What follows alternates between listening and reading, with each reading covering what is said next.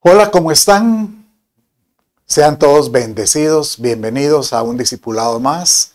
El pastor Chito Rendón te saluda y hoy estoy muy contento porque continuamos este tema que tanto me apasiona, el regreso del amado. ¿Por qué esperarlo? Pero hay que entender los detalles acerca de ese advenimiento o esa promesa que él dijo. Acompáñenme, vamos a pedirle a Dios que nos bendiga. Padre, en el nombre de Jesús te doy gracias. En todo, Señor, tú seas alabado, adorado, Padre. Y rogamos que seas tú quien hable y quien grabe tu palabra en nuestro corazón. Señor amado, que sea tu palabra la que nos inquiete. Te lo ruego en el nombre de Jesús, tu Hijo. Amén, amén y amén.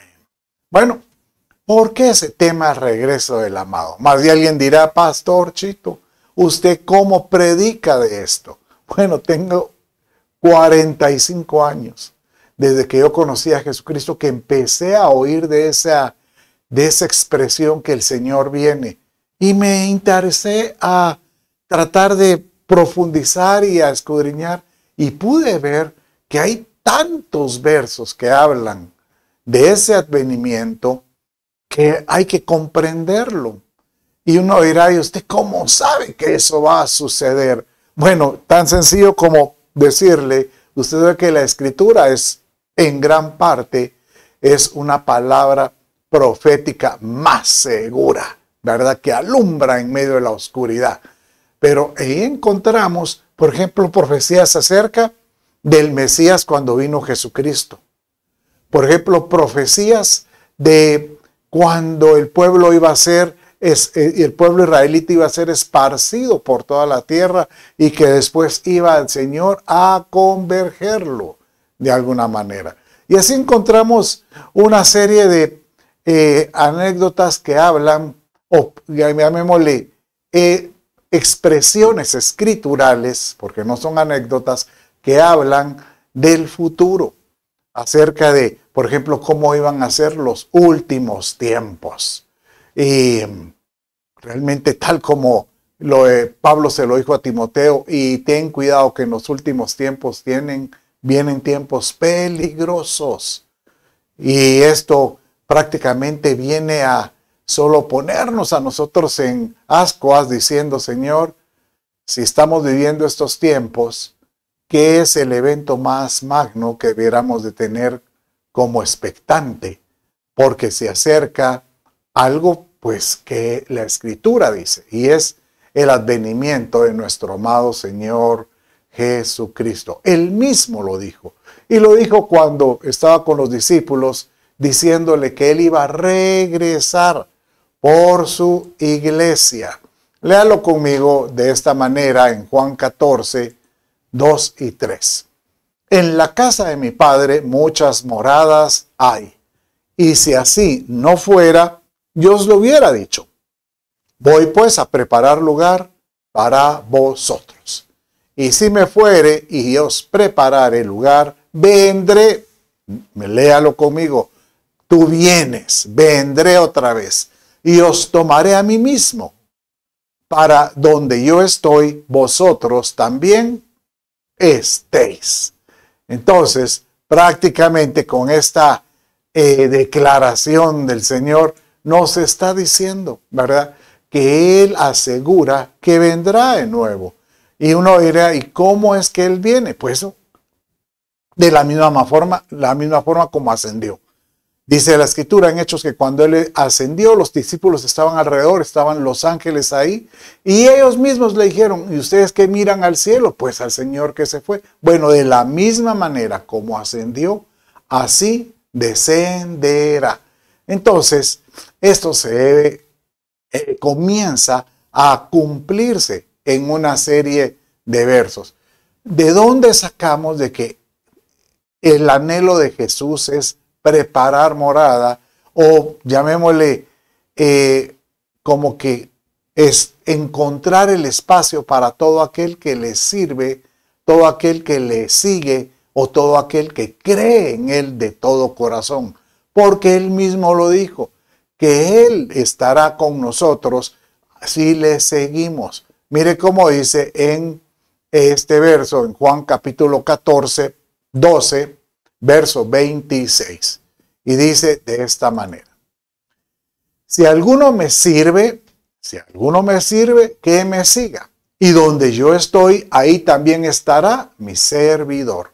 Si alguno me sirve, el Padre lo honrará. Y prácticamente Él está diciendo que aunque Él ya ascendió, pero si a alguno le sirve, pues nosotros vamos a estar con Él. Él preparará esa morada. Juan 17:11 dice: ya no estoy en el mundo, pero ellos sí están en el mundo. Y yo voy a ti, Padre Santo, guárdalos en tu nombre, el nombre que me has dado, para que sean uno, así como nosotros. Entonces, nuevamente Él traía a luz la expectativa de que nosotros debemos de considerarnos como parte del cuerpo de Jesús, para que seamos uno. Y por eso Él crea ese vínculo, para que donde Él esté, nosotros estemos. En esta tierra, con el Espíritu Santo, su presencia en nosotros, el Espíritu de Él está en nosotros. Y la intención es que nosotros podamos estar en Él un día. Y así es como Él prepara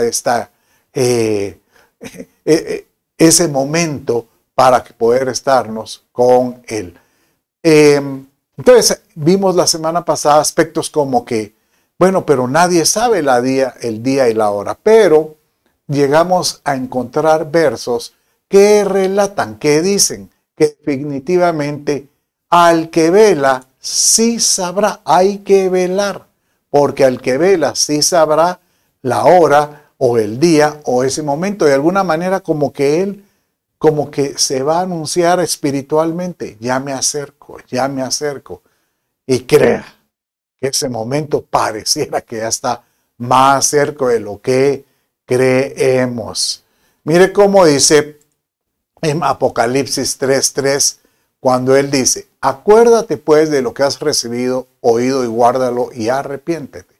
Por tanto, si no velas, vendré como ladrón y no sabrás la hora que vendré sobre ti. En otras palabras, que al que vela, sí puede saber la hora. Al que vela puede conocer esos detalles, porque nada menos que el esposo preparando a la esposa, que es la iglesia, conoce ese detalle o esos momentos tan especiales. Primera Tesalonicenses 5:4-5 dice: mas vosotros, hermanos, no estáis en tinieblas, para que el día os sorprenda como ladrón, porque todos vosotros sois hijos de la luz e hijos del día. No somos, diga conmigo, no soy de la noche ni de las tinieblas. En otras palabras, somos hijos de la luz. Y como hijos de la luz, podemos conocer acerca de ese momento tan particular. Bueno, entonces, ahorita hablé de la misma introducción que di la semana pasada, pero hoy voy a comenzar con las palabras como finalicé en el discipulado anterior. Y hay varias palabras que tenemos que entender que hablan acerca de su venida. Una de estas es, por ejemplo, apocalipsis. Hoy vamos a ver qué es esa palabra griega que se parece mucho al último libro de la Biblia, ¿verdad? Después viene la palabra parusía. ¿Qué es eso de parusía? O epifanía. Faneros, y la otra que nos viene es faneros, y por último, faino. Y estas 5 palabras pues nos van a llevar estos próximos 2 discipulados, porque es importante entender, comprender a qué se refiere cada momento en su advenimiento.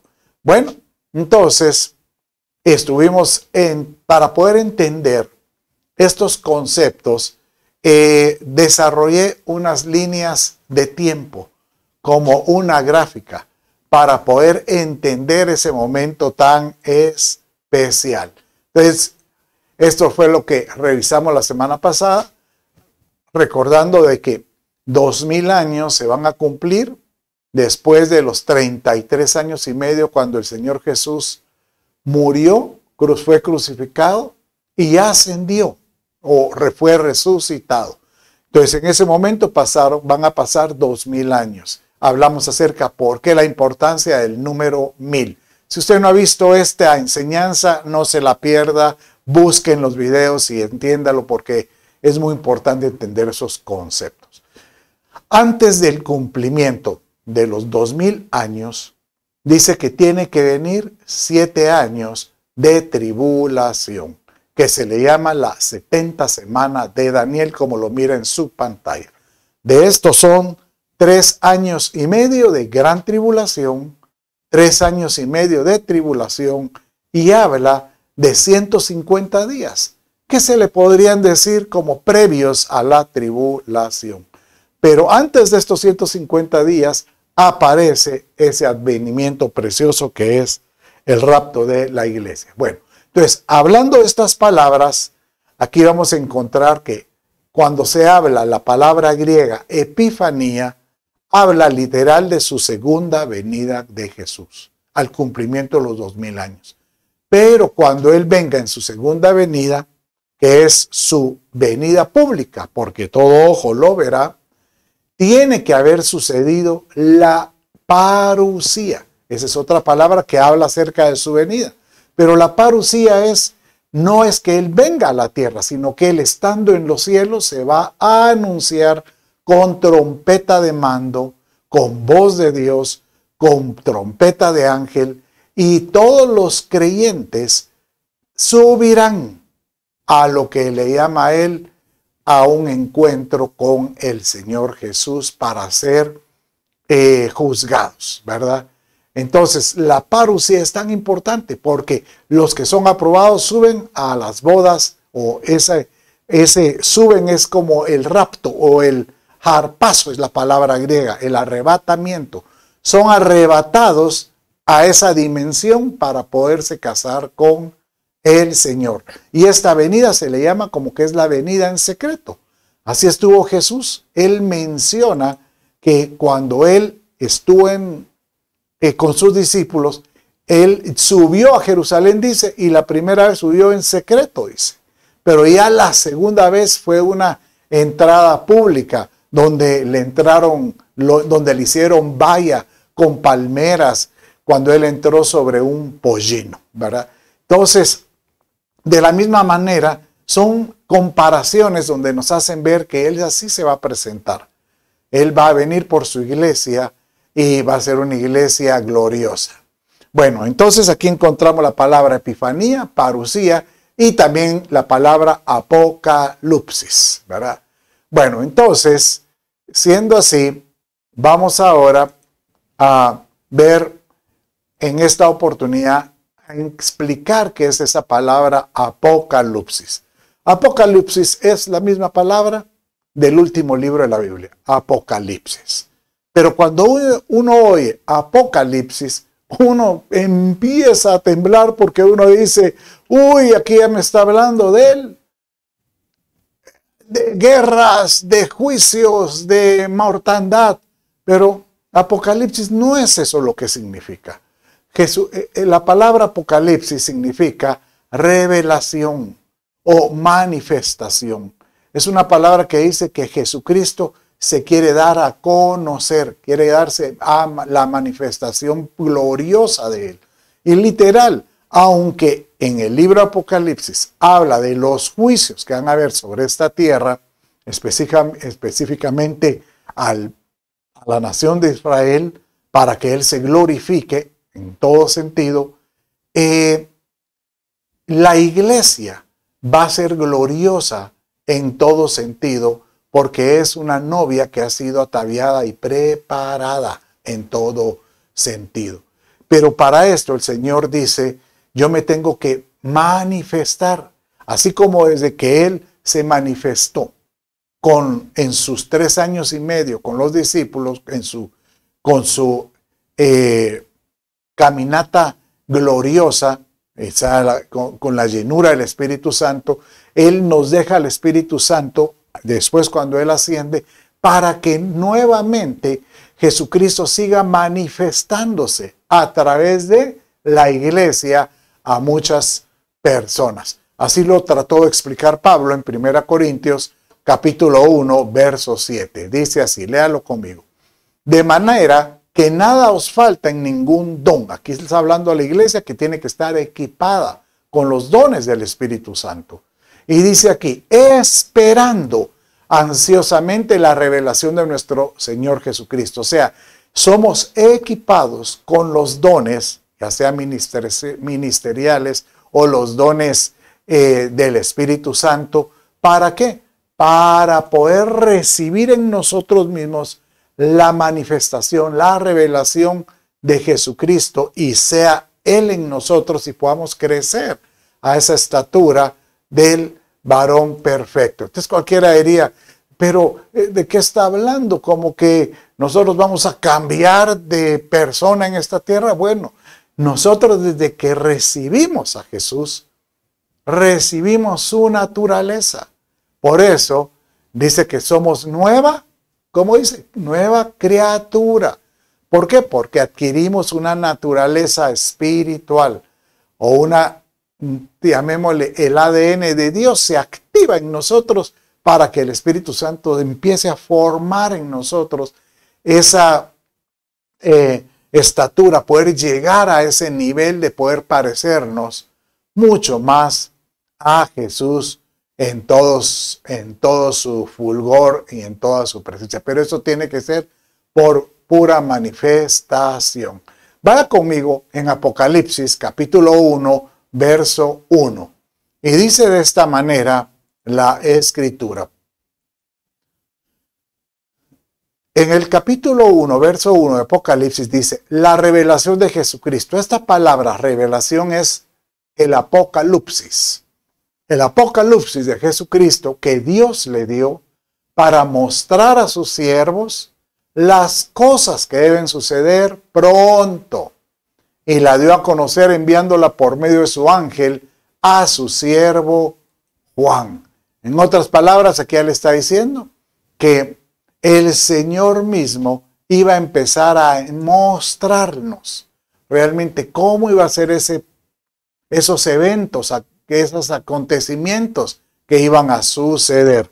Y prácticamente, pues el Apocalipsis lo que habla son, en su mayor extensión, habla de los eventos de esa semana de tribulación previo a su segundo advenimiento.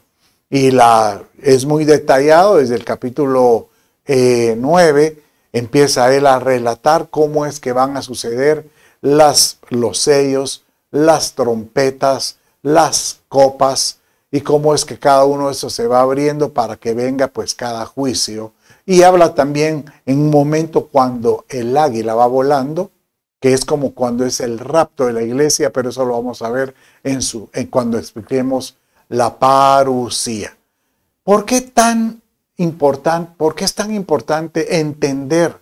Porque nosotros no debemos de participar en la segunda venida cuando se cumplan los 2000 años. Nosotros debiéramos de participar. ¿De cuándo? Del arrebatamiento, que es previo a esto. Pero para eso tenemos que pedirle, Señor, revélate, manifiéstate, muéstranos tal como tú eres.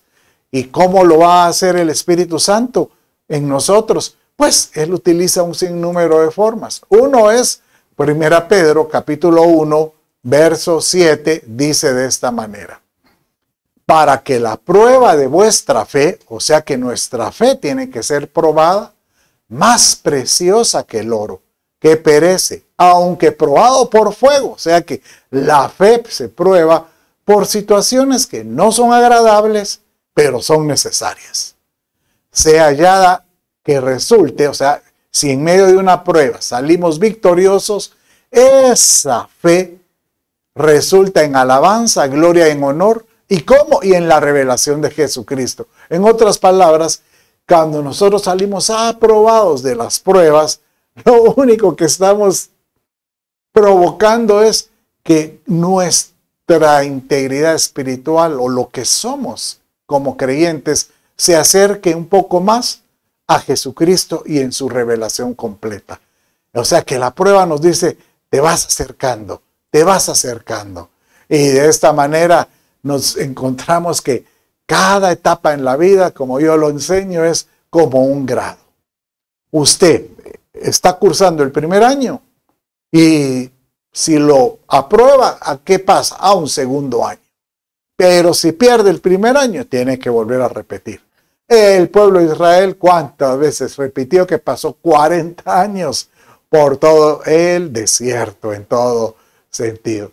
Entonces, Señor, manifiéstate, revélate. El mismo Pedro también seguía explicando acerca de esta manifestación de él un poco más adelante en el verso 13, y dice así: por tanto, o sea, por tanto, ya que hemos sido probados por fuego, y en algunos casos aprobados, para poder ser aprobados, ¿cómo hay que hacerlo? Dice, ceñid vuestro entendimiento para la acción.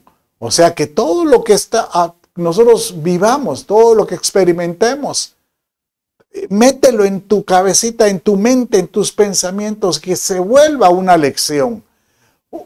Ceñid vuestro entendimiento para la acción. Sed sobrios en espíritu, poned vuestra esperanza completamente en la gracia que se os traerá en la revelación de Jesucristo. ¿Por qué la gracia? Porque el Señor te dice, yo te voy a llevar de la mano para que tú puedas pasar esa prueba, para que tú puedas atravesar esos momentos que tú dices, pero ¿por qué a mí? Pero eso lo voy a hacer cambiando tu forma de pensar. Por eso dice la Escritura en Romanos 12:2 que tenemos que transformar por medio de la renovación de nuestro entendimiento, transformar nuestra forma de pensar. Y eso solo lo podemos hacer espiritualmente. ¿Cómo lo dice aquí? Sed sobrios en el espíritu para poder entender estos momentos, para poder entender que nosotros que estamos viviendo esta generación, literal, estamos viviendo la época más hermosa para la iglesia. La época en que se nos dio la oportunidad de poder vivir muy de cerca esos tiempos profetizados por el Señor Jesús que iban a suceder previo a su parucía y a su epifanía, ¿verdad? Entonces, ¿por qué? Para que Él se manifieste, o como por su apocalipsis en todo sentido. Bueno, el mismo Pedro nos sigue enseñando y él nos dice en 1 Pedro, ahora capítulo 4, verso 13, vaya conmigo más adelante, dice de esta manera. Antes bien, en la medida en que compartís los padecimientos de Cristo, o sea, conforme tú tengas esa prueba de la fe, estás pasando esos momentos difíciles, pero sales aprobado. Si sales aprobado es porque lograste padecer como Cristo padeció. Entonces, ¿qué dice? Regocíjate para que también la revelación de su gloria os regocijéis con gran alegría. O sea, regocíjate porque se está manifestando en ti la gloria de Él. Entonces eso es como saltar, como dar brincos de júbilo, porque dices, logré pasar esta prueba, logré salir favorecido, ¿verdad? A mí me pasó recientemente, ¿verdad? Me atribulé, tenía una necesidad y no lograba saber cómo poderla resolver. Y en eso, con la prédica del domingo, me di cuenta, sí, ¿yo qué estoy haciendo si Dios hace camino nuevo? ¿Cómo no estoy yo predicando que a Él le debo dar el control de mi vida y que Él sabe por qué estoy pasando ese momento ahorita que me tiene un poco angustiado? ¿Y sabe qué sucedió? Que cuando ya solté mi carga en oración, doblando mis rodillas, le dije, Padre, ¿cómo me puedo afanar por algo si tú me has mostrado por tantas veces que tú me resuelves mis problemas? Y mire, delante de Dios, asombrosamente, ese día, al final del día, alguien viene y me resuelve esa situación sin que él supiera. Sencillamente y posteriormente me dijo, fíjate que creo que tuve un error. Y después me dio cuenta que no, que era de Dios. Yo lo único que te puedo decir es, Dios utiliza tantos medios como Él quiere, que Él puede, para decirnos, yo me quiero revelar para que tú puedas comprender que si tú eres formado más a la presencia del Padre como a la presencia de Jesús, es porque Él nos quiere juntos. Él nos quiere juntos. Mire cómo dice Filipenses capítulo 3, versos 20 y 21. Porque nuestra ciudadanía, ahí está, Él quiere que nosotros seamos ciudadanos de los cielos. Nuestra ciudadanía está en los cielos, de donde también ansiosamente esperamos a un Salvador, el Señor Jesucristo. Y aquí es donde viene, cual transformará el cuerpo de nuestro estado de humillación en conformidad al cuerpo de su gloria. Esto es tal vez lo más glorioso que todo creyente debería estar expectante. Porque lo que está diciendo este verso, aquí en Filipenses capítulo 3, 20, 21, dice que todo este proceso es para que el día de mañana, cuando Él nos llame a su gloria, ¿sabe qué va a suceder? Nosotros vamos a ser transformados.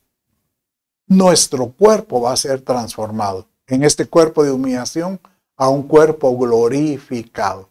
¿Cuándo va a suceder eso? Bueno, va a suceder cuando experimentemos la parusía. Bueno, entonces, volviendo a nuestra línea de tiempo, véalo ahí, despacio conmigo, ya expliqué el Apocalipsis. ¿Por qué la revelación o la manifestación de Cristo ocurre en todos estos 2000 años? Porque Él va a irse manifestando a través de pruebas, por medio de situaciones, por medio de éxitos, inclusive para que su manifestación sea en nosotros.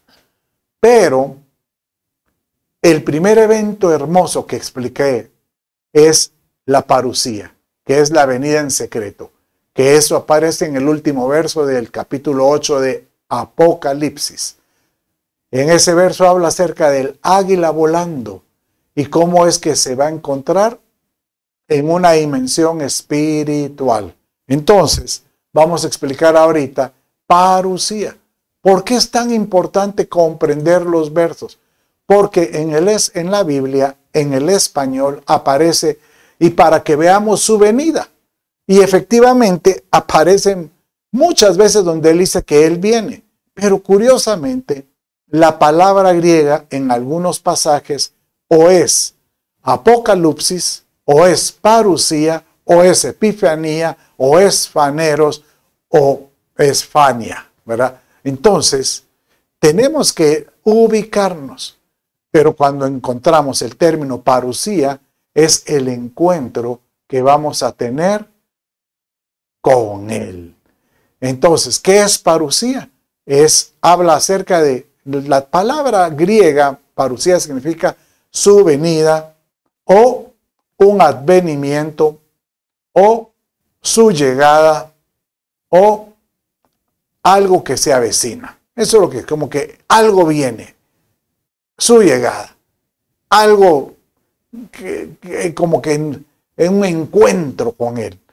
Y eso es como un encuentro en una dimensión espiritual. Es curioso porque hay personas que dicen, yo tuve una parusía del Señor. Bueno, podría ser que a algunas personas el Señor se manifiesta. Yo conozco testimonio de personas que dicen que el Señor mismo se les presentó en su habitación en algún lugar y ellos vieron su rostro. Yo tuve un sueño donde pude ver su rostro y puedo asegurar que era Él, ¿verdad? Entonces yo sí creo que eso es como una especie de parusía, porque Él se aparece, parece hasta la palabra en español, es un encuentro que uno tiene con Él. Bueno, ¿dónde aparece esa palabra parusía? Cuando el Señor Jesús explica acerca de previamente cuándo es que Él viene. Entonces dice en Mateo 24:3, vaya conmigo y dice así: y estando Él sentado en el monte de los olivos, se le acercaron los discípulos en privado diciendo: dinos, ¿cuándo sucederá esto? O sea, acerca de esas señales que Él hablaba acerca de los últimos tiempos. ¿Y cuál será la señal de tu parusía, de tu venida y de la consumación de este siglo? Y aquí habla de la consumación y después que hablas acerca del tiempo milenial. ¿Cómo es que va a haber el fin del mundo al final de estos 1000 años? ¿Verdad? Y el Señor lo explica a ellos, pero sí como que les da a entender que no mezclen la epifanía, que es en su segunda venida, cuando Él venga en su gloria en las nubes con la iglesia casada y descienda sobre el monte de los olivos. Y dos, lo que es la parusía, que es cuando desde los cielos Él se anunciará y que Él vaya a arrebatar, o lo que le llaman el arpazo de la iglesia. Entonces, siendo así, uno diría, ¿y esto de la parusía, en cuándo va a suceder? Bueno, al final del capítulo 8, o el último verso, habla acerca de que es un momento, un encuentro con Él, pero es en un abrir y cerrar de ojos. Así lo dice la Escritura, que es en un fragmento de tiempo. Y el mismo Señor Jesús lo da a entender de esa manera, acerca de su parusía. Dice así en Mateo 24:27. Mateo 24 es el capítulo donde Jesús habla de estas señales del fin. Y dice en el verso 27, así como el relámpago sale del oriente y resplandece hasta el occidente, así será la venida del Hijo del Hombre. Y aquí la venida nuevamente es parusía. Pues aquí encontramos que cuando podríamos confundirnos, porque Él dice, bueno, ¿acaso Apocalipsis no dice que Él cuando Él descienda vendrá como de una forma en cámara lenta porque todo mundo lo verá? O sea, como que va a ser filmado o todo va a estar capturado para que todo mundo lo vea en la tierra, ¿verdad? Entonces no puede venir así en un segundo, ¿no? Como un relámpago, no. Lo que sí va a pasar como un relámpago es cuando Él llame a su iglesia en un abrir y cerrar de ojos, dice que la iglesia estará aquí y ¡pam! Será tomada y será llevada a su presencia, a lo que le llaman el tribunal de Cristo. Mire cómo dice 1 Corintios 15:52. Y si está apuntando, mejor se apunta. En un momento, en un abrir y cerrar de ojos, a la trompeta final. Pues la trompeta sonará y los muertos resucitarán incorruptibles y nosotros seremos transformados. Hablamos ahorita del cuerpo que se transforma de un cuerpo de humillación a un cuerpo de gloria.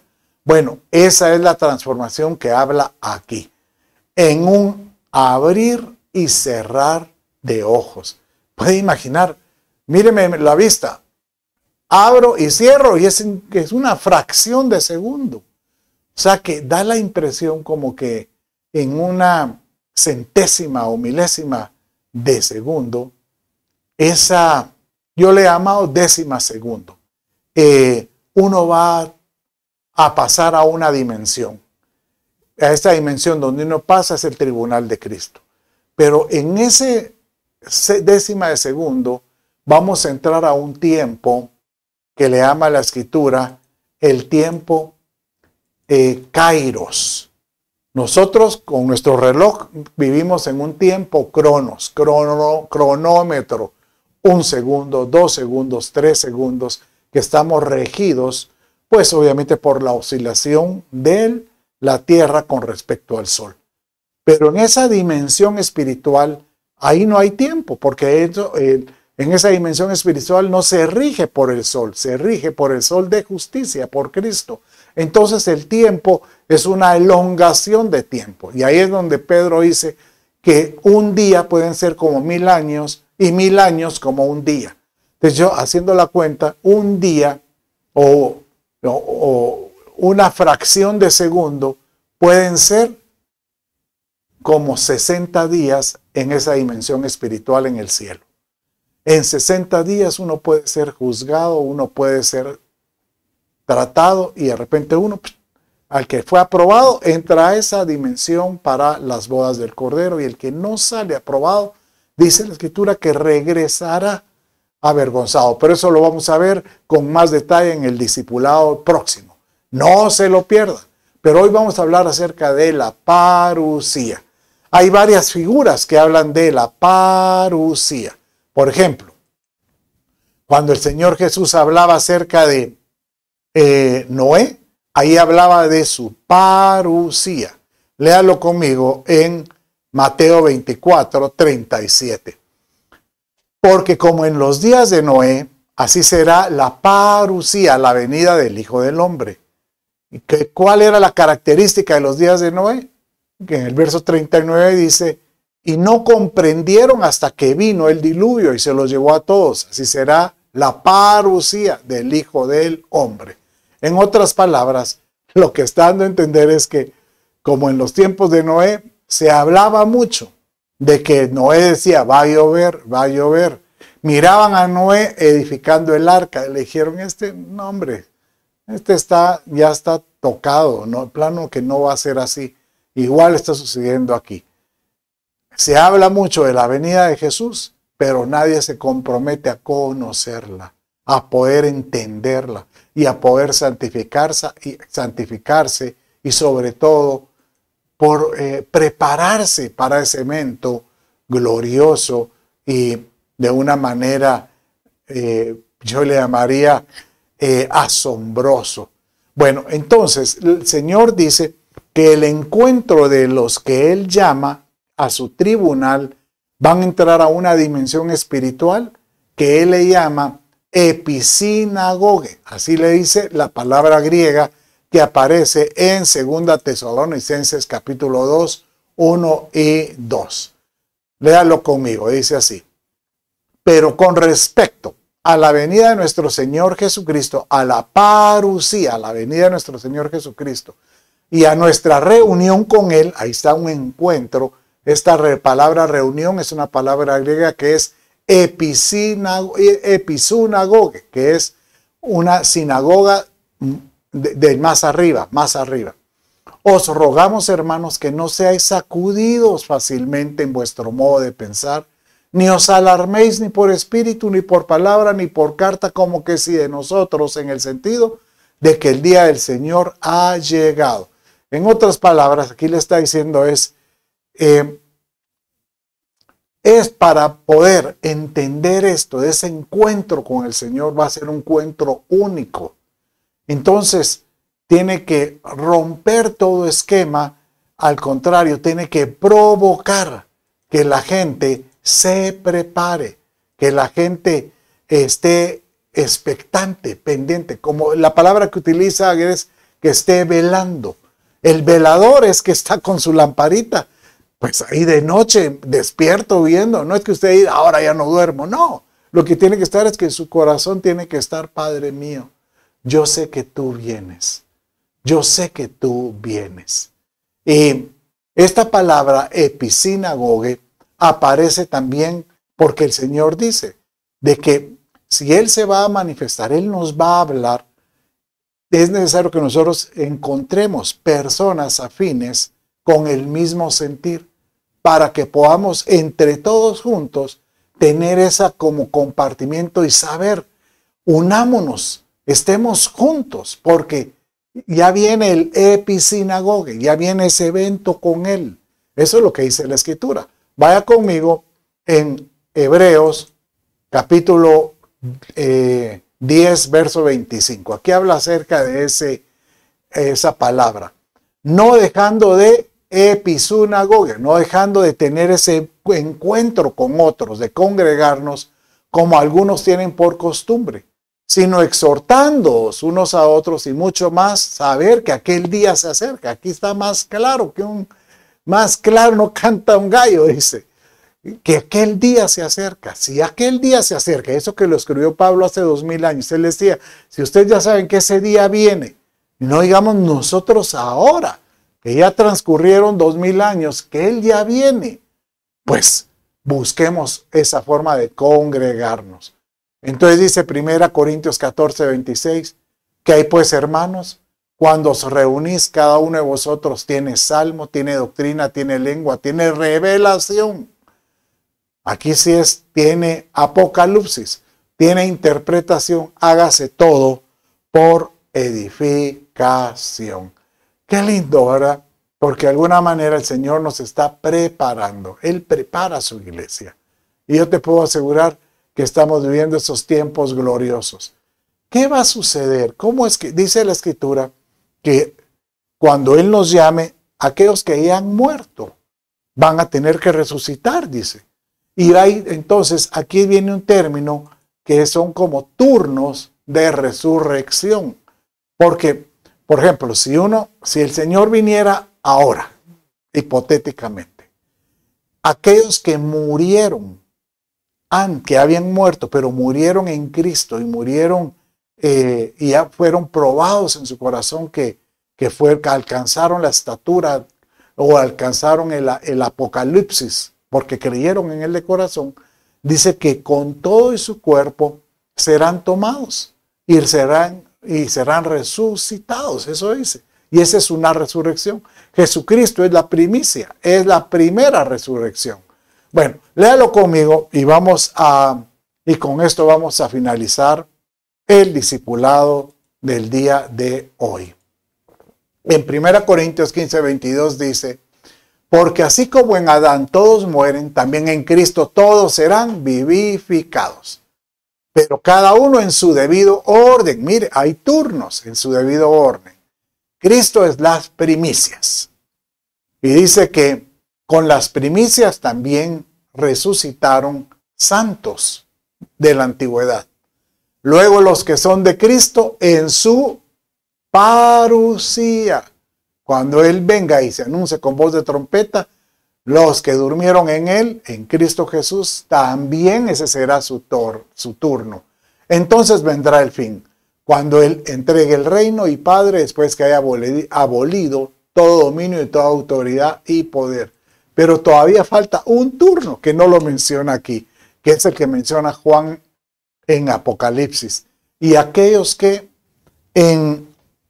pues prácticamente van a tener que dar su vida, aquellos que no dieron la talla y se quedaron en la tribulación y regresan, ellos, si son mártires, van a participar de una resurrección para poder estar con el Señor también.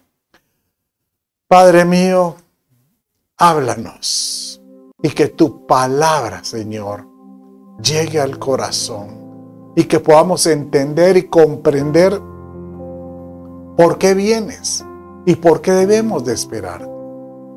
Señor, yo te pido, bendice a todo aquel que me ha estado escuchando. Bendice su entendimiento, bendice, Señor, aclara sus pensamientos y su espíritu para poder, Señor, entender estos detalles. Si a mí me cuesta entenderlo, Padre, todavía no creo que me hace falta comprender muchas cosas. Quisiera que todos llegaran a ese entendimiento. Bendice a la gente, te lo ruego. Todo esto lo pido en el nombre de Jesús. Dios me los bendiga y seguimos hasta la próxima.